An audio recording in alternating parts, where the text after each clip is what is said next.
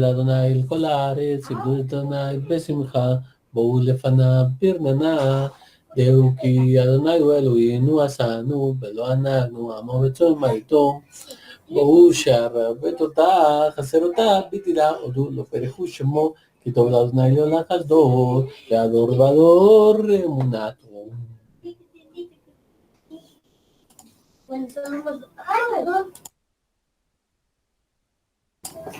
Bueno, vamos comenzando, ¿no?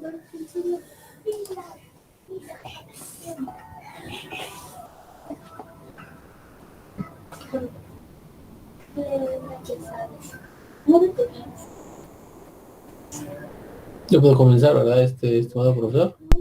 Adelante, Rabino. Ya estoy grabando. Muy bien, bueno, vamos a comenzar nuestra clase. La semana pasada, o bueno, la última clase, nos quedamos en la parte de la educación de Rabbi Joshua, cuando era un niño.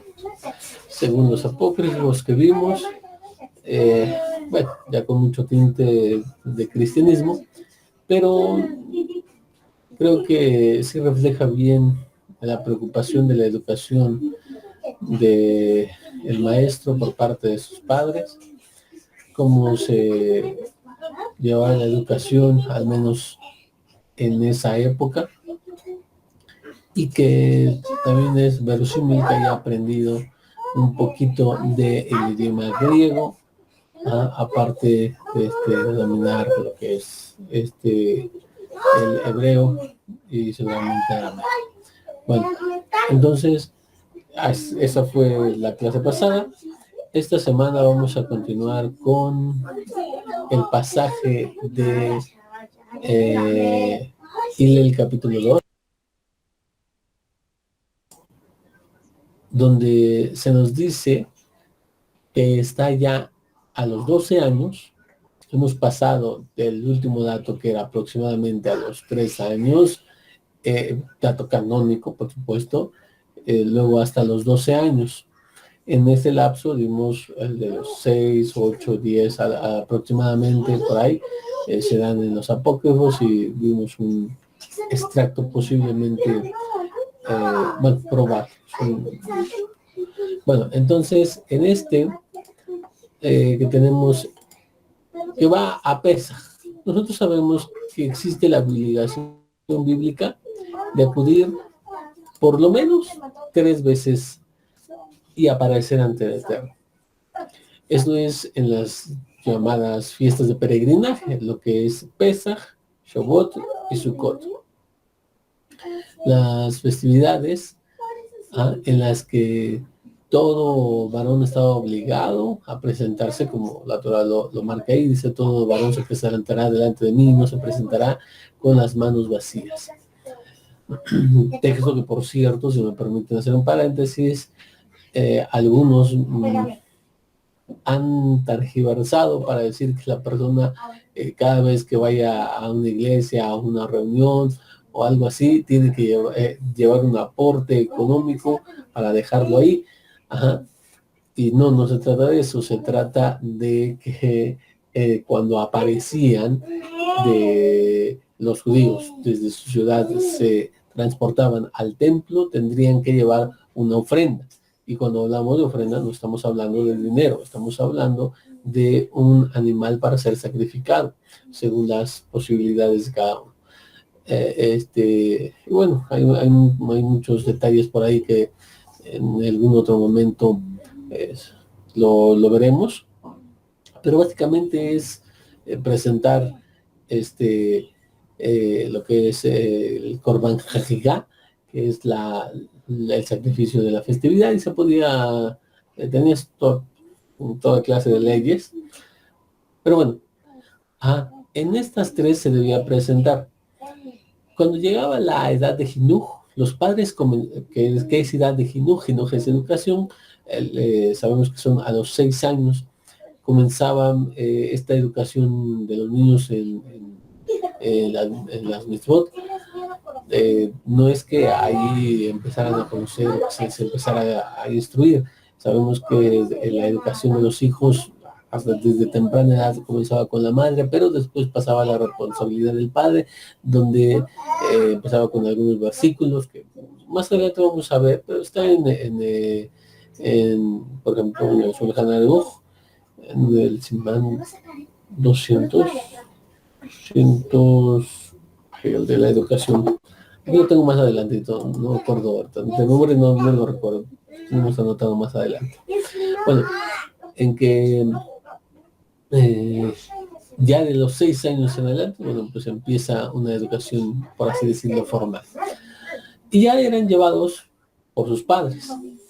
Aquí él ya tiene 12 años, por eso muchos se han atrevido a pensar que como es la edad en la que pasan a ser adultos religiosamente hablando, conocido como Bar Mitzvah, hijo del precepto, aquí el padre en esta ceremonia en el que hace una bendición porque ahora ya los errores, los pecados que hacía el pequeño estaban bajo su jurisdicción, es decir, era él el culpable, pero ahora ya se ponen sobre la cabeza en este caso, del que es Bar Mitzvah.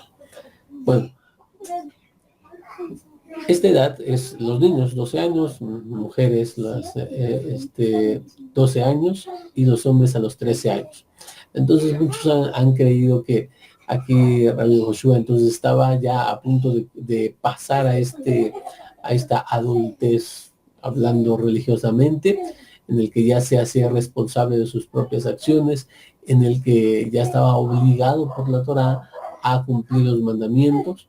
Y todos los años anteriores, desde los 9, en esa edad ya se les empieza por ejemplo, en el ayuno de Yom Kippur, los niños no están obligados, no se les hace ayunar todo el día, las 24, 25 horas que dura el ayuno, no se les hace ayunar así, según la edad, pero a los 9 años más o menos ya se les deja ayunar mediodía, por ejemplo.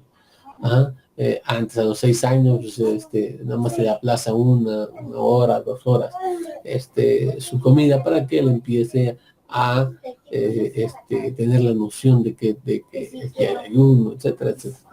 Bueno, tendría entonces los 12, sería ya un paso y entonces los estaban llevando ya de años anteriores, como dice el texto que vamos a leer, porque dice en el 41, todos los años los padres de Yehoshua acostumbraban ir a Jerusalén durante la festividad de Pesach. Bueno, entonces dice acostumbraba todos los años. ¿Desde cuándo lo empiezan a llevar? No nos dice el texto, no nos informa todo lo que sabemos es gracias a la tradición. Y aquí acontece uno de los hechos que tal vez más mal interpretados de toda la vida del Mesías. Según el cristianismo, en tendremos al Hijo de Dios, al Dios hombre, al Dios encarnado, el cual, como todos lo saben, porque es Dios, va a llegar al templo, se va a sentar con los más grandes eruditos y los va a corregir, les va a enseñar a ellos. Y eso no es la óptica que se debe de tener, eso no es lo que sucedió.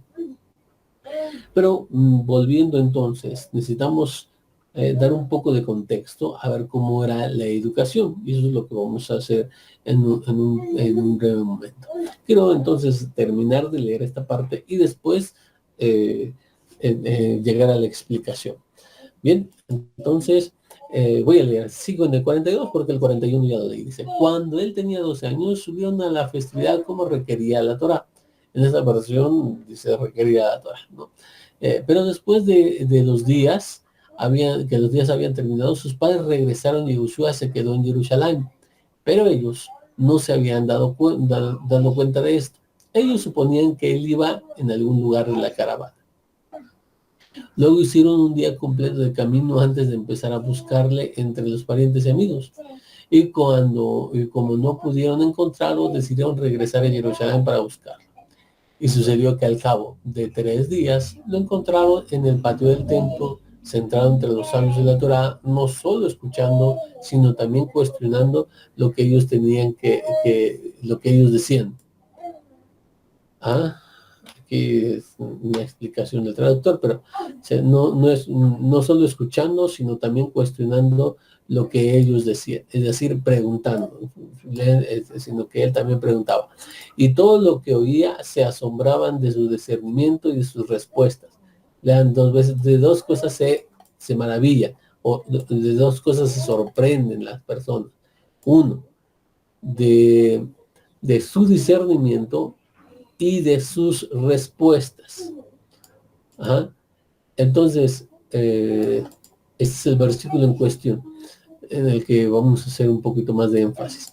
Cuando sus padres lo vieron, quedaron sorprendidos y su madre dijo, hijo, ¿por qué has hecho esto con nosotros? Mira, tu padre y yo estamos preocupados y te hemos buscado con angustia. El texto es claro y dice, tu padre. Por si acaso. Es una de las que también se hace prueba de que es biológicamente su padre.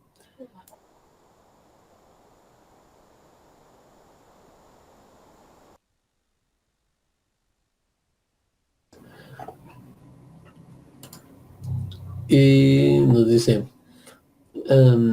entonces él les dijo, ¿por qué me buscaban?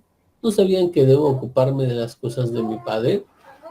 Pero ellos no comprendieron lo que quiso decir, de modo que fue con ellos y fueron a Netzaret y era obediente con ellos. Pero su madre guardaba todas estas cosas en su corazón y Josué crecía tanto en sabiduría como en estatura, recibiendo favor ante los demás y ante Elohim. Bien, digamos, esta es la parte canónica. ¿Sí? Y bueno, vamos a comenzar con la explicación. Nosotros sabemos que ya para este tiempo, la educación, digamos, de la escolaridad o la escolarización,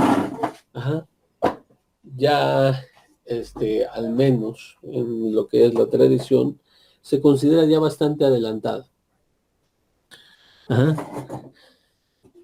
Si por algo también se le conoce como el pueblo del libro, porque siempre han estado, la vida del judío ha estado girando alrededor de los libros sagrados, como es lo que ellos consideran sagrados. Y datos que me gustaría ahorita exponerles, es este versículo que les decía. El versículo en cuestión dice, y que se sorprendían de su discernimiento y de sus respuestas, o sea, como si, entendiendo ellos que los eruditos le hacían preguntas al Mesías y el Mesías con su gran sabiduría respondía a los eruditos. Y no, el intercambio de preguntas siempre se ha manejado en lo que es la educación judía. De hecho, ahorita que estamos pasando Purim y ya nos acercamos a Pesaj, desde la Halajá se puede ver cuestión de preguntas y respuestas, preguntas de alumno a maestro, fíjense. Se dice, y 30 días antes de Pesaj, se pregunta sobre las alajot de Pesaj. Es una de las fiestas que tiene más leyes, tradicionalmente hablando, toda clase de costumbres y leyes. Y bueno, entonces en esta se empieza a preguntar. ¿Quién pregunta? Es los alumnos, preguntan a los maestros, en lo que ellos tienen duda. Los maestros, a su vez, no van a responder siempre con una respuesta franca y directa. A veces lo que hacen ellos es preguntarle a los alumnos de modo que a través de esta pregunta ellos puedan llegar con facilidad a una respuesta. La pregunta es una herramienta pedagógica que se utilizan los rabinos para incentivar, espolear la propia agilidad mental del estudiante. ¿Ah? Se me ocurre algo, ahorita que estudiamos Megilat Esther, ajá, se encuentra en este Rabá, en el Midrash, los discípulos de Rabbi Hanan le dijeron a su maestro, a Rabbi Hanan, le dijeron, oye, ¿por qué merecieron los judíos de aquella generación, de aquel lugar, el exterminio? ¿Sí? Ese decreto donde se les iba a exterminar. ¿Cuál fue su pecado? Esa es la pregunta. ¿Por qué lo merecían? Entonces viene Rabbi Hanan, Rabbi Hanan Ben Zakkai, y les da una respuesta, pero intencionalmente defectuosa. Les dice, miren, fue porque disfrutaron del festín de aquel malvado, o sea, de Hashverosh. Entonces se quedan un momento pensando los discípulos y tienen una pregunta, dicen, ok, está bien. Ellos, los de Shushan, son culpables de esto. Pero todos los demás, porque según la Megilá está escrito que invita a todos a los príncipes y a gente importante de las provincias, de los 127 provincias. ¿Ah? Y los que están en Shusha dicen que para ellos les hizo un banquete, después les hizo un banquete para los que están en Shushan, en la capital. Dice, pues entonces los de los demás países, todos los judíos que estaban esparcidos en esas 127 provincias, no comieron de eso. Entonces ellos, ¿por qué lo merecieron? Si es por disfrutar de ese banquete, los de Shushan son culpables, pero los otros no. O sea, es injusto que Hashem condene a toda la generación por el pecado de que ellos conocían, ellos cometieron. Y entonces le dice, entonces, ¿cuál es su respuesta? El intercambio entre alumno y maestro es así. Puedo ir a más fuentes en donde encontramos que se da este intercambio. O sea, no es nada más el que tiene menos sabiduría que le da una respuesta al maestro, o sea, el estudiante al maestro, sino que del maestro al estudiante también se dan preguntas. Hay un intercambio de preguntas y respuestas.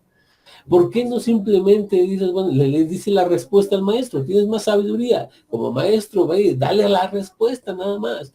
No, porque se trata de que lo incentives al alumno a que él llegue a un análisis más profundo, no que espere el pan, sino, como dice el dicho, no le enseñes no le des el pescado, sino enséñale a pescar. ¿Ah?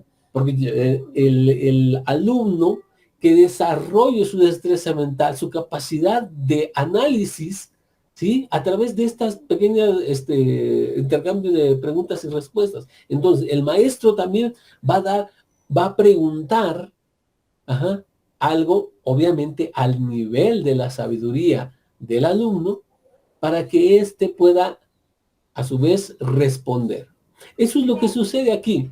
El que dice, y todo el que oía se asombraba, se maravillaba de su discernimiento, de su capacidad mental y de sus respuestas. Porque el maestro le hacía una pregunta y él respondía correctamente.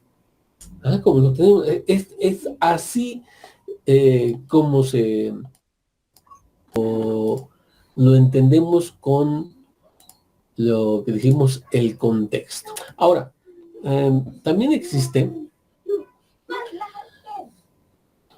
relatos apócrifos de este evento. Quiero leerles uno. Aquí ya les estoy mostrando. ¿Y de dónde lo estamos tomando? Bueno, es en el Evangelio Árabe de la Infancia, capítulo 50 en adelante. Dice así, no le cambié nada, ¿no? Yeshua cumplió los 12 años, sus padres subieron con él a Jerusalén para la fiesta y esta regresaron a su hogar.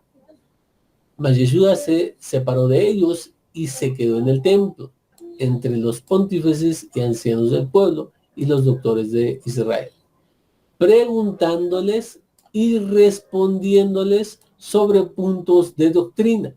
Aquí queda muy claro que es pregunta y cuando le preguntan a él, le responden.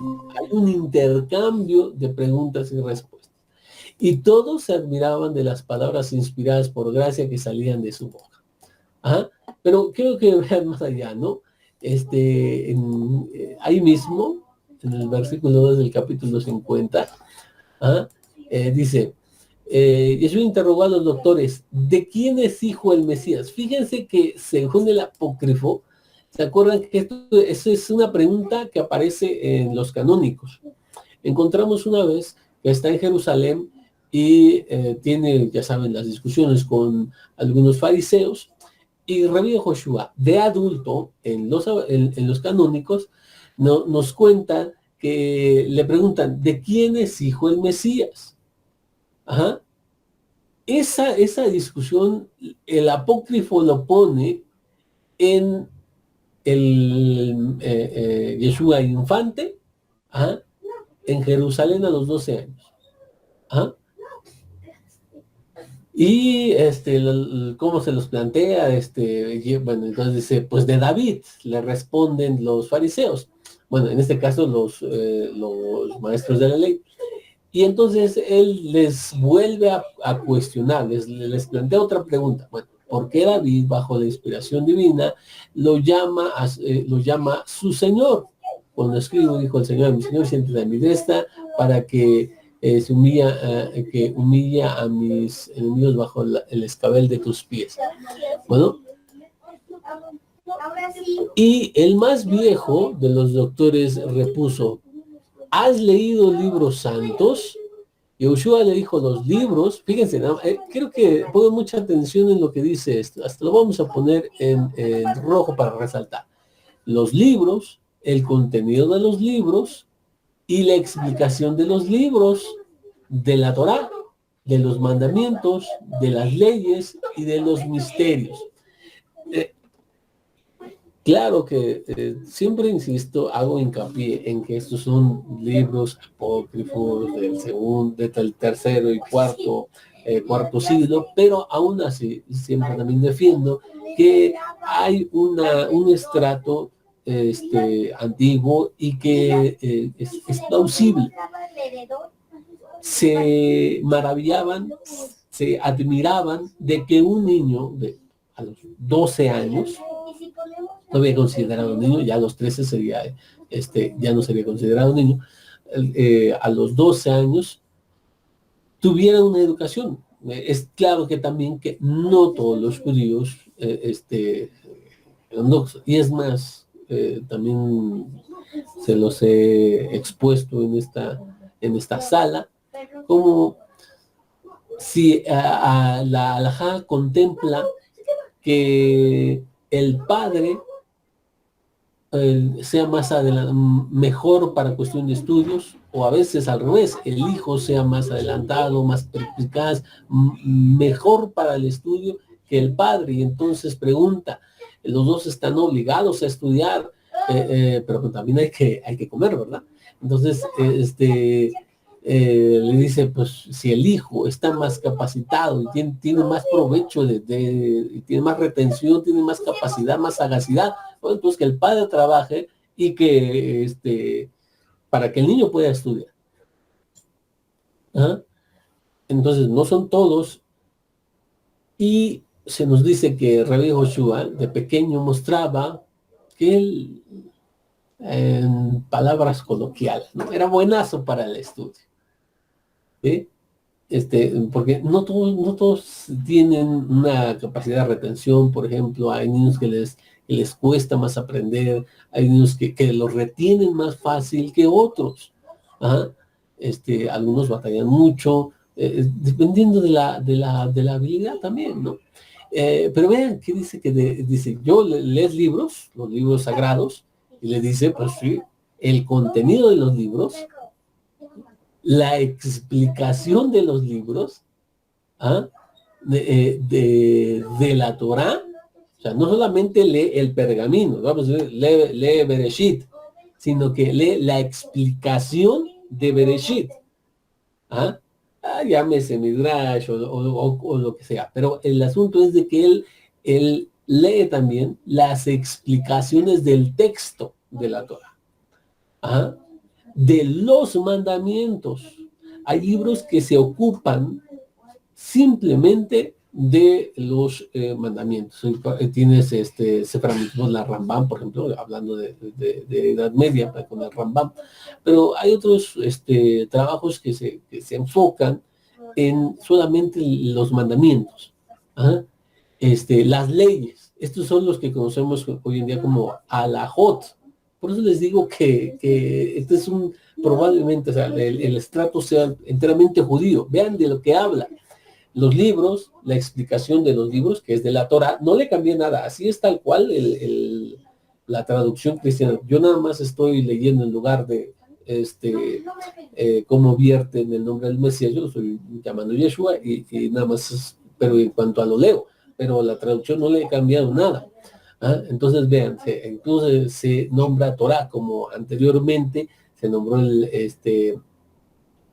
mes, la letra hebrea, así también ahí atrásito, en las clases pasadas. Las leyes, eso de las leyes son lo que conocemos como alajot. Ok, ya tenemos, vamos a hablar de una mitzvah, una ley bíblica. Honra a tu padre y a tu madre. ¿Y cómo honro a mi padre y a mi madre? Entra la alajá, las leyes, lo que llamamos leyes prácticas. Y en esto puede haber multitud. De este mandamiento, honra a tu padre y a tu madre. ¿Cómo se cumple? Esas son las alajot. Y estas nos dicen, por ejemplo, no puedo corregir, está hablando mi papá con otra persona. Mi papá cometió un error ahí, o y yo voy a corregirlo. No, estás mal, no puedes hacer eso. Es tu padre, no lo puedes hacer. No te puedes sentar, porque en la mesa hay un lugar especial para el padre de familia. El hijo no puede sentarse ahí, en ese lugar que está reservado para el papá. ¿Sí? Y muchas otras cosas más que son alajot, leyes prácticas de cómo cumplir los mandamientos. Ajá. Y aquí se dice, los mandamientos lleva los misterios. Esto de los misterios es lo que en nuestros días ya conocemos como Kabbalah, ¿vale? La parte mística de la Torah, que no era enseñado para cualquiera. En Masejet de Hagigah, tanto en la Mishnah como luego posteriormente en la Gemara, se cuenta como hay cosas que no puedes comunicar. No puedes comunicar a todo el mundo. Esta parte, por ejemplo, de Maaseh Merkabah, Maaseh Bereshit, o sea, los actos de la creación, los actos del carro, que es del trono divino. Todo eso dice, no puedes expresarlo a todo el mundo. Es algo privado, porque es algo de misterio y necesitaban cierta preparación, etcétera. Entonces, toda cuestión cabalística, para quien le interesa saber un poquito más acerca de eso, tengo una clase especial de ello. Se permite, no se permite, tanto está escrito en el libro de las explicaciones de las palabras del maestro, cuando si él permite o no permite, y en la cuestión de judaísmo, que dicen los sabios, en cuestión, ese lo tengo en video, el otro está escrito. Bueno, misterios. ¿eh? Contenidos en las obras de los profetas, cosas inaccesibles a la razón de una criatura. ¿Ah? Y se sorprende aquí este erudito y dice a sus compañeros: por mi fe que hasta el presente no he alcanzado ni un poco, por oídas conozco un saber semejante. ¿Ah? O sea, no todos alcanzaban este nivel, no todos se les daba. Incluso en el Talmud lo puedes ver, Tratado de Hagigá, hoja 13-14, que lo lean por ahí, 13-14 y un poquito más. Ahí se encuentra toda esa exposición de que los sabios dicen hasta dónde te permiten. Empiezan a hablar de las criaturas celestiales y todo esto, y de repente te dicen hasta aquí ya no se puede hablar nada más, y bueno, dan sus razones, etcétera, etcétera. Ahí lo puedes llevar un poquito más, saber un poco más del tema. Bueno, entonces, repito, aquí es un apócrifo que habla de qué estudiaba él. Como todo niño judío, ahora estoy seguro que se estudiaba esto, el libro, o sea, el texto, la explicación del texto, ajá, los mandamientos, las leyes prácticas, además alajot, ajá, y según este apócrifo ya estudiaba desde pequeño. Esto no es posible. Realmente, como dijimos, eso, según el Tratado de Abot, dice hay una edad respectiva para esos secretos. No era nada más que se le empezaba a ocurrir a los 10, 15 años y ya están estudiando eso. No, porque se necesita toda una serie de bases, según los mismos rabinos. El Tratado de Abot está en el capítulo 5. Bueno, entonces el estrato me parece plausible. O sea, se dice aquí, ¿qué estudiaba Rabbi Joshua? Mandamientos, lo escrito en la Torah, las explicaciones de la Torah y las leyes, como todos, como se hace hasta en nuestros días, ¿no? Se lee el texto, tenemos los mefarshim, los comentaristas, ¿ah? Que nos enseñan o es la explicación de lo que está escrito. Nos enfocamos también a veces en los mandamientos, como el Sefer Ahinu, Sefer Amitzvot HaKatzar del Chafetz Chaim, en fin, hay otros muchos más. Y eso es lo de la parte mística. Yo creo que ya es más que exaltando la figura del Mesías desde niño. Aquí, en este mismo libro, el Evangelio Árabe de la Infancia, después de hablar con este erudito, luego habla con un filósofo, luego con un astrónomo, y el astrónomo le dice: ¿tú sabes algo de astronomía?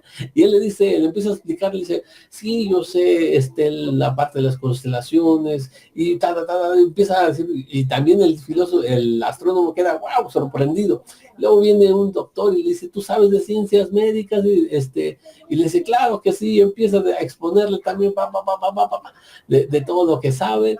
Y viene un filósofo, ahí está también, y le dice: ¿tú sabes de filosofía? Y lo mismo, ¿no? Lo vuelve a sorprender. Entonces, en todas las áreas, lo sabe todo. Ajá. Insisto, ese ya es la idea del cristianismo, que es que no necesitaba aprender, que lo sabía todo, hasta lo más profundo y los más hondos secretos. Ajá. Pero el sustrato, vuelvo a decir que es muy probable lo que subrayé en lo que puso en rojo, ¿no? Incluido las leyes, los mandamientos y las leyes, porque eso no lo subrayé, pero está incluido. Eso es lo que es muy probable haya estudiado. Bueno, continuamos en ese aspecto. En este libro, en el capítulo 53, dice lo siguiente: y mientras se cambiaban estas conversaciones y otras semejantes, sobrevino Miriam, que durante 3 días cerraba con José o con José en busca de Yahushua, y lo encontró sentado entre los doctores, preguntándosele y respondiéndoles. Y le dicen: ¿por qué nos has tratado así? Etcétera, etcétera. Y ¿por qué me buscan? Lo del canónico. Pero quiero que vean esta parte. en el 2, que dice, y Yehoshua volvió con sus padres a Netzaret, y miren, los obedecía en todas las cosas. ¿Ah? Y luego repite lo que el canónico dice, y lee en su capítulo 2, dice, y crecía en edad, en sabiduría y en gracia. Pero bueno, si crecía con ellos, cómo es que sorprende a todos, ¿no? Y sabe todo y todo. Antes, recuerdan que a los 8 años lo mandan a la escuela, y él ya sabía todos los secretos de las letras y de por qué estaban unas curvas y unas derechas y por qué antecedían y por qué esto y por qué el otro. Todas esas cosas ya lo sabía desde los 8 años. Entonces, espera a los 12, pues ya no puede aumentar en sabiduría, ¿no? No podría si supiera todo. No, entonces tenemos que la parte anterior es exaltar al personaje, ajá, y luego lo conjunta con lo que afirma el canónico, y ya estamos seguros que es esa parte, que Rabbi Joshua, como cualquier otro niño, no sabía las cosas, tuvo que aprender en una escuela a través de unos maestros, que ya lo vimos la semana pasada, y crecía en sabiduría. Sí es cierto, era un niño que mostraba dotes desde pequeño, no tenemos problema con eso, ajá, es totalmente plausible, pues, lo que sucedió es lo que nos cuentan los textos, pero me gustaría resaltar sobre todo es que les obedecía en todas las cosas, es decir, fue un buen hijo, ajá, se comportaba bien. ¿Y quién es el que le dijo que le enseñaría eso? No, los apócrifos tenemos al rabino Sakai. ¿Ah? Este rabino Sakai le dijo, yo les voy a enseñar a respetar, a honrar a su padre y a su madre, a respetar a los ancianos, y también dijo que le iba a enseñar los mandamientos y todo eso. Vean un poquito más atrás, la clase pasada, por favor. Él es el que dice, y aquí se atestigua, que les obedecía en todo. Es una parte que a mí me gusta destacar, porque no es como en otras partes, es decir, como que le habla de mujer, ¿no? O sea, como sin... Es como totalmente ajeno a esta parte terrenal, ¿verdad? Porque según esos pensamientos, esas películas, retratan al Dios hombre, al Dios encarnado, y no, es un niño normal, muy normal, sí es cierto, aventajado en sus estudios, pero un niño común y corriente. ¿Ah? Que jugó también, ahí encontramos ahí que como jugaba como cualquier otro niño. Asistió a la escuela, aprendió y se comportaba de una manera correcta ante sus padres. Ahora, para afianzar, para reforzar lo que yo les venía diciendo, creo que vayamos a lo que dice la Laja, que es en el Shulchan Aruch, en el libro de Alajot, de leyes prácticas, en el capítulo 245, que es, o en el Simán 245, que es especial de la educación. O sea, ahí se trata de todos los pormenores de la educación, en ese capítulo. Bueno, en este nos dice, tal como es un mandamiento educar al hijo, también es una obligación enseñarle al nieto, como está dicho, y le enseñarás a tus hijos y a los hijos de tus hijos. Y no solamente al nieto, sino que es un mandamiento para todos los sabios de Israel, enseñar a los alumnos, ya que ellos también son llamados hijos, solo que es una obligación, darle preferencia al hijo que al nieto, y al hijo antes que el hijo de otro. Vean, exhorta a que los sabios deben enseñar no solamente a tu hijo y a tu nieto y a los alumnos, sino que a los hijos de otros. Sucede que no todos los judíos son eruditos, no todos saben las leyes, no todos saben los mandamientos, no todos saben. ¿Ah? La mayoría de judíos iba al día, estaba en busca siempre de su manutención. ¿Ah? La vida muy difícil, y no tenía el tiempo para estar todo el día en la casa de estudio, estudiando la Gemara, estudiando la Mishnah, estudiando los libros sagrados. No tenía ese tiempo. Y él no conocía todas las leyes, ni siquiera lo más básico. ¿Qué le va a enseñar a su hijo? Sí, lo que le puede enseñar es un oficio para que él tenga más adelante. Sí, es cierto, le puede enseñar ser un hombre honrado en los negocios, ¿ah? Comportarse bien, cosas que no demandan precisamente toda la sabiduría en los libros, ¿no? Y es lo que le podía enseñar, pero entonces, ¿cómo aprendían? Y eso es lo que, bueno, ya adelanté un poquito de eso, pero aquí tenemos otra sentencia del Talmud, una sentencia del Talmud donde nos dice que los hijos de los hijos son como los propios hijos. O sea, los nietos debes educarlos de manera igual que educas educaste a los hijos. Otra cosa es el Talmud acredita a Yehoshua ben Gambla la educación formal, la educación escolarizada dentro del pueblo de Israel. Esto se encuentra en el Talmud, Baba Batra, aquí está la hoja, donde se nos dice que quien tuviera un padre le enseñaría Torah. El padre ya tiene un hijo, tiene la obligación de oraita, de la Torah escrita, que tiene que enseñarle Torah a su hijo. ¿Ah? Pero si no tuviera, no aprendería. ¿Qué tal si el niño es huérfano? Si el niño es huérfano, pues entonces no tiene padre, no podía aprender la Torah. Entonces se instituyó que los maestros se establecieran en Jerusalén, basados en la cita de Isaías 2.3, donde dice que la Torah saldrá de Sion y la palabra de Hashem de Jerusalén. Así dice el versículo 3. Bueno, entonces los maestros estaban en Jerusalén y se enfocaban ahí, ¿sí? O sea, en Jerusalén estaban los maestros, y cuando eran las 3 fiestas de peregrinaje o cuando tenía la familia oportunidad de subir al templo, iban y ahí aprendían.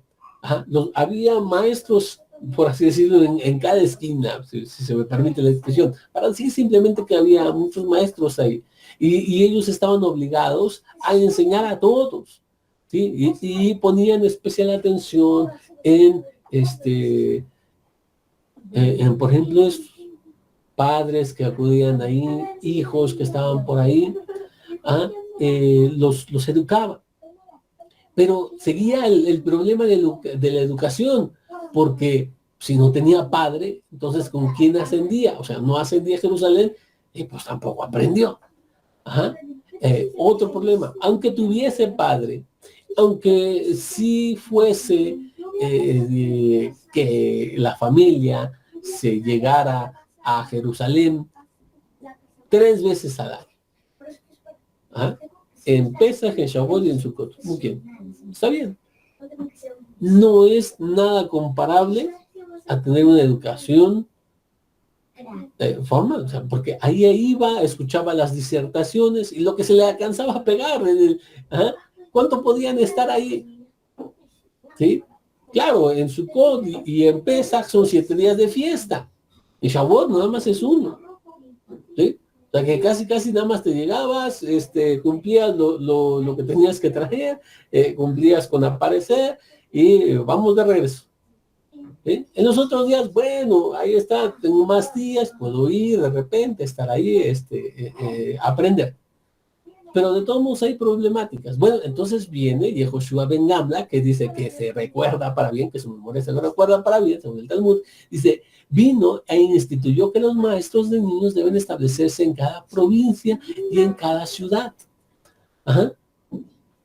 Y bueno, ya ahí en la Gemara, si tú quieres continuar leyendo, ahí encontrarás como los nuevos problemas en que se enfrentan. Bueno, ya están estacionados en cada ciudad, pero en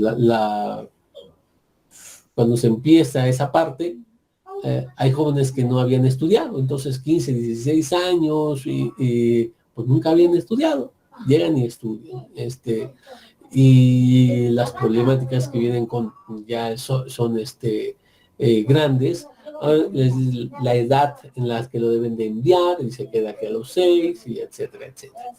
Bueno, entonces, como en forma de castigarlos y muchas otras cosas más. Ajá. Ok, este es en nuestro contexto. Rabbi Joshua, dijimos, viene de una familia pobre, no tenía libros. Ajá. Según un apócrifo, ahí tenía, Joseph tenía un familiar, un pariente, el cual fungía como un maestro. Puede ser que él en algún momento se le prestara algún libro a Joseph para que educara al pequeño, pero no tenía gran educación. ¿Ah? Cuando va al templo, es un niño ávido de conocimiento, es un niño que sobresale en sus estudios. Y así llega y ve en un lugar están muchos maestros, personas aprendiendo. Se queda ahí, se queda a aprender, ¿ah? Se queda a escuchar las disertaciones. Está sentadito ahí un niño entre la multitud, un niño de 12 años y el maestro está exponiendo. De repente, imagínate la escena, de repente, ¿ah? Alza la mano para preguntar. Al principio no lo van a tomar, digamos, algo muy relevante, ¿no? Ni en cuenta, es un niño. Ajá. Pero se dan cuenta que su pregunta es una buena pregunta. Y el maestro, el que está exponiendo, viendo que hace una buena pregunta, empieza un intercambio. Ajá. Y es donde justamente puede haber sucedido. Es plausible que este maestro le haya preguntado, ¿tú lees libros? A lo que él haya respondido la educación que haya tenido. Pero, o sea, esto es algo que pudo haber sucedido. ¿Ah? Bueno, entonces la gente se sorprende. Porque no fue un adulto, no fue un anciano que se comprendería la sabiduría y que haya hecho una buena pregunta. Ajá. No hay un intercambio entre un hombre adulto o un anciano y el erudito, entre un niño. La gente se sorprende. Eso es lo que dice Lucas. Es lo que nos está diciendo. No que él vino como un Dios encarnado que lo sabe todo y vino a enseñar a los maestros de la ley. No, un niño ávido de conocimiento, un niño que tiene sed por aprender, está escuchando muy atentamente la disertación del maestro y hace buenas preguntas sobre lo que se está estudiando, sobre lo que se está exponiendo. ¿Ah? El maestro, para incentivar su capacidad mental, para forjarlo, para que él se desarrolle en la deducción, en el análisis. Ajá. Entonces le plantea preguntas a lo que él responde bien. Y ya, esto es lo que dice, que respondiendo y haciendo preguntas. ¿Sí? Y ya. Según el apócrifo que leímos, lo que el asunto de quién es hijo el Mesías, lo tiene en boca ahí del Mesías. Yo creo que pudo ser que de ahí aprendió lo que después va a utilizar como adulto. De estos eruditos haya aprendido el tema de quién es hijo el Mesías. Pero eso tómenlo nada más como una hipótesis. Simplemente, por decir algo. Pero de que aprendió ahí, aprendió. Él se queda porque él quiere aprender. Sus padres se van, regresan y lo encuentran ahí. y el texto después dice que les obedeció en todo. ¿Ah? Bueno, y ahí termina, digamos, la parte de ese evento. Y en los canónicos no tenemos nada más. Yo les traigo aquí como siguiente, ¿cómo se llama? Siguiente evento, la muerte de Joseph. ¿De dónde lo he tomado? De un apócrifo que se llama La historia de José el Carpintero. Ahí están los capítulos.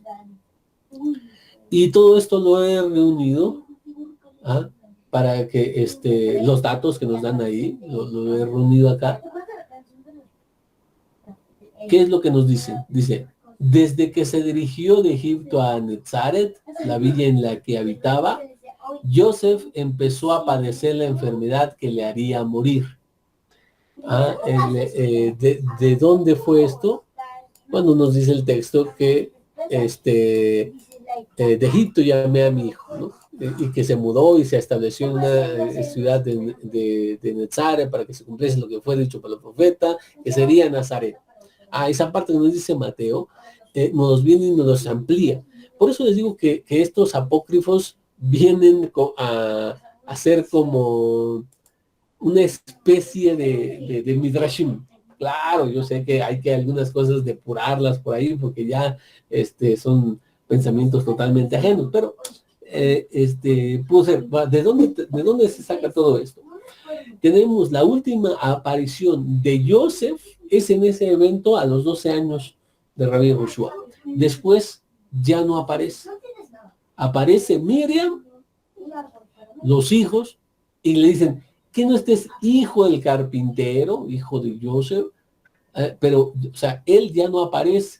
Aparece Miriam y va a continuar hasta el libro de los Hechos, en donde dice que su madre y sus hermanos estaban reunidos con todos los discípulos. ¿Por qué no aparece? Entonces se piensa que él murió en ese tramo. Y se formula la tradición de la muerte de Joseph justamente en estos libros apócrifos, y se cuenta que la enfermedad que lo llevó a la muerte la empezó a padecer desde que tenía Rabbi Joshua aproximadamente 3 años. Esa enfermedad la empieza a padecer después de los 12 años, no sé, puede ser a los 13, 14, 15, no sé, muere Joseph.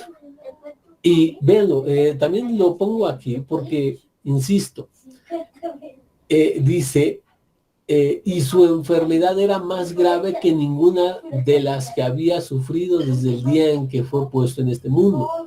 El día que dejó su cuerpo fue el 26 del mes de Nisan. No se le cambió nada, se preservó la fecha judía. Por eso lo veo muy plausible, o sea, que haya una tradición de fondo, porque conserva datos como esta. O sea, no nos dijo en el primer, en el mes, no sé, 12, o como les llamaban los romanos, ¿no? O los griegos, no nos dice nos dice una fecha. Recuerdes que el día de la muerte, el aniversario luctuoso, es importante para los judíos. El día de hoy tenemos lo que se conoce como Yahrzeit, el mundo sefaradí, el mundo ashkenazí, Yortzeit. Pero bueno, es la fecha de la muerte de una persona. Y da este dato, el 26 del mes de Nisan. ¿Sí? Bueno, no voy a repetir, tengo una clase sobre justamente fechas de la muerte de gente memorable, discípulos, grandes líderes dentro del movimiento, al menos de aquella época. Ahí tenemos una lista de reproducción en la yeshiva. Bueno, dice, cuando murió, todos los de la ciudad de Netzaret, al oír la noticia y el llanto de la familia, se reunieron en el lugar que estaba, según la costumbre de los judíos. Miren, siendo una pequeña villa, cuando muere una persona, que se junten, o sea, que se enteren porque es pequeño. ¿Ah?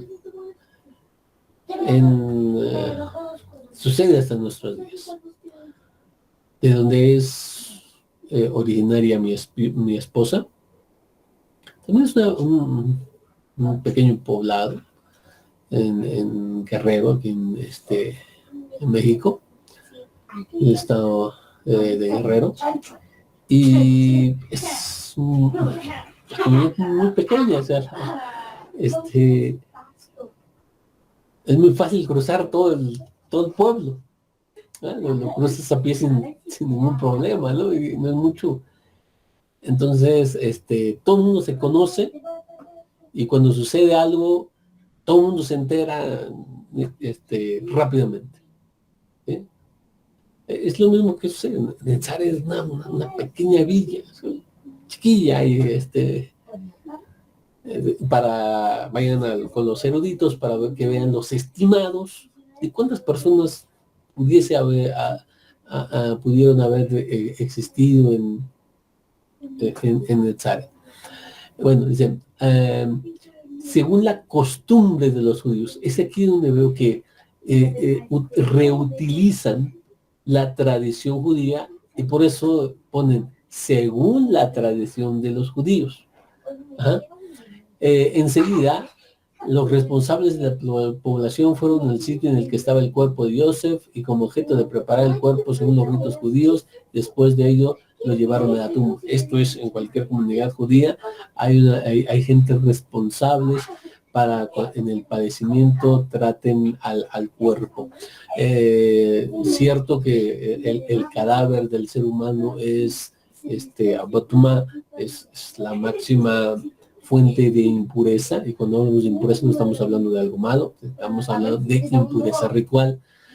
El cuerpo se le tiene que tratar con respeto, y hay una serie de toda clase de leyes que si ustedes se van a imaginar, desde cerrar los ojos, el momento de tratarlo, lavarlo, ponerlo dentro de lo que es el ataúd y todo eso. Son muchísimas leyes.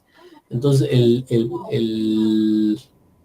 texto nos brinda que dice conforme al rito de los judíos y que existe grupo designado para dichos el tratamiento del cadáver. Y bueno,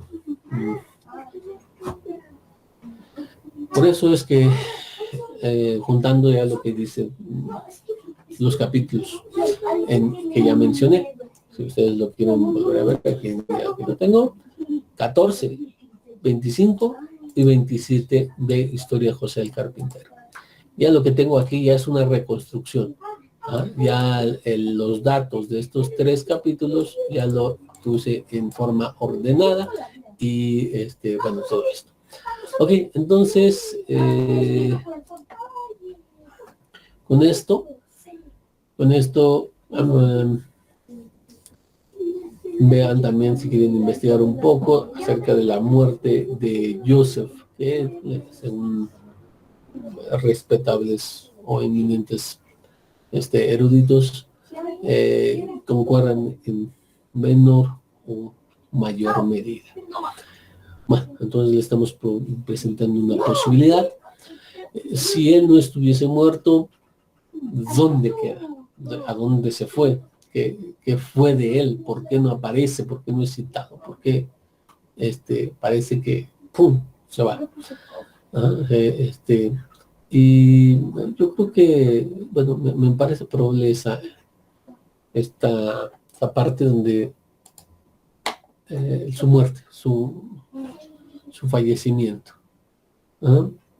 ¿Quieres ver más partes de esto? En Historia de José el Carpintero va a encontrarse como, según ese libro, qué edad tenía Rabbi Joshua cuando sucede su muerte.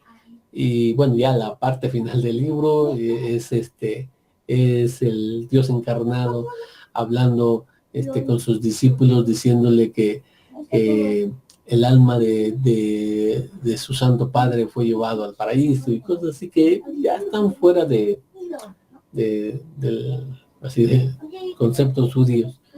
Pero bueno, como lectura interesante podría pasar, si alguien gusta leerla por ahí. Hasta aquí vamos a dejarlo el día de hoy. Hoy solamente nos fuimos a 2 eventos. La de Rabbi Joshua en el templo de los 12 años, celebrando Pesaj, por cierto. Ajá. Pesaj se vuelve una de las, de hecho, la fiesta con más aparición dentro del Keter, es con la de mayor aparición. Tenemos también Sukkot, y es cierto, pero no tenemos, por ejemplo, Shavuot, en los que se nos haya informado que él subía.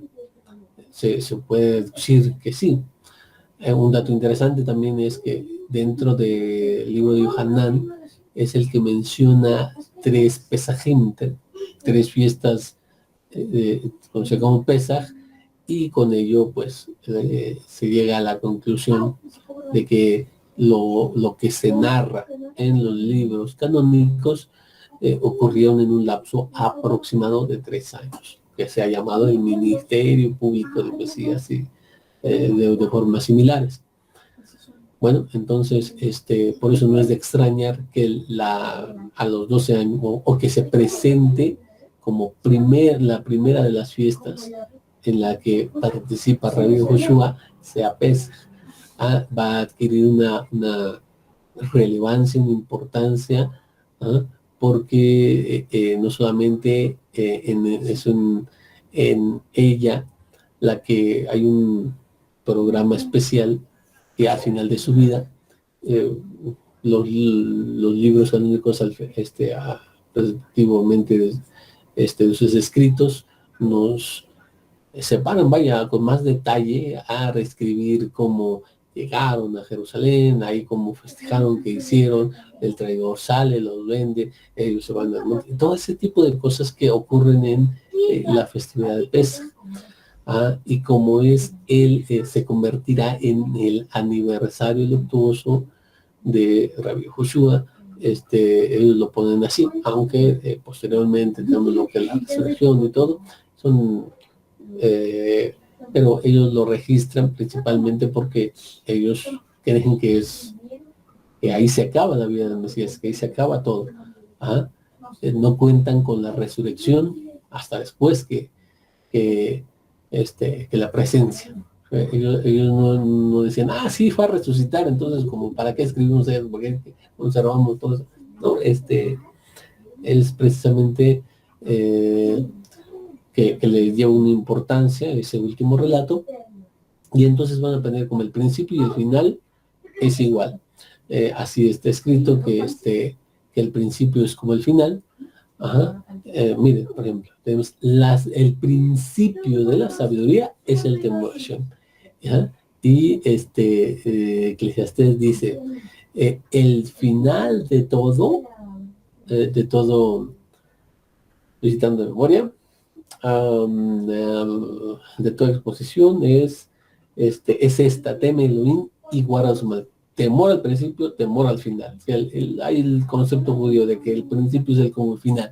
El final que está descrito en Apocalipsis, por ejemplo, tenemos un reino paradisiaco, que es como el principio, un reino paradisiaco, el paraíso, el Gan Edén, Adán y Eva, que tenemos un árbol que está en el centro del huerto, y al final tenemos que a un árbol también importante que da 12 frutos. O sea, el principio y el final. Jugando con esto, en esa perspectiva, los primeros discípulos van a poner la primera fiesta en la que participa Rabbi Joshua es Pesaj, en la que muere es Pesaj. Pero bueno, eso ya lo veremos un poquito más de detalle cuando lleguemos justamente a ese evento, la muerte de Rabbi Yehoshua, que para ello nos faltan muchísimas clases, pero bueno, vamos para allá, vamos adelante. Entonces con esto estaríamos terminando, pues gracias por escuchar.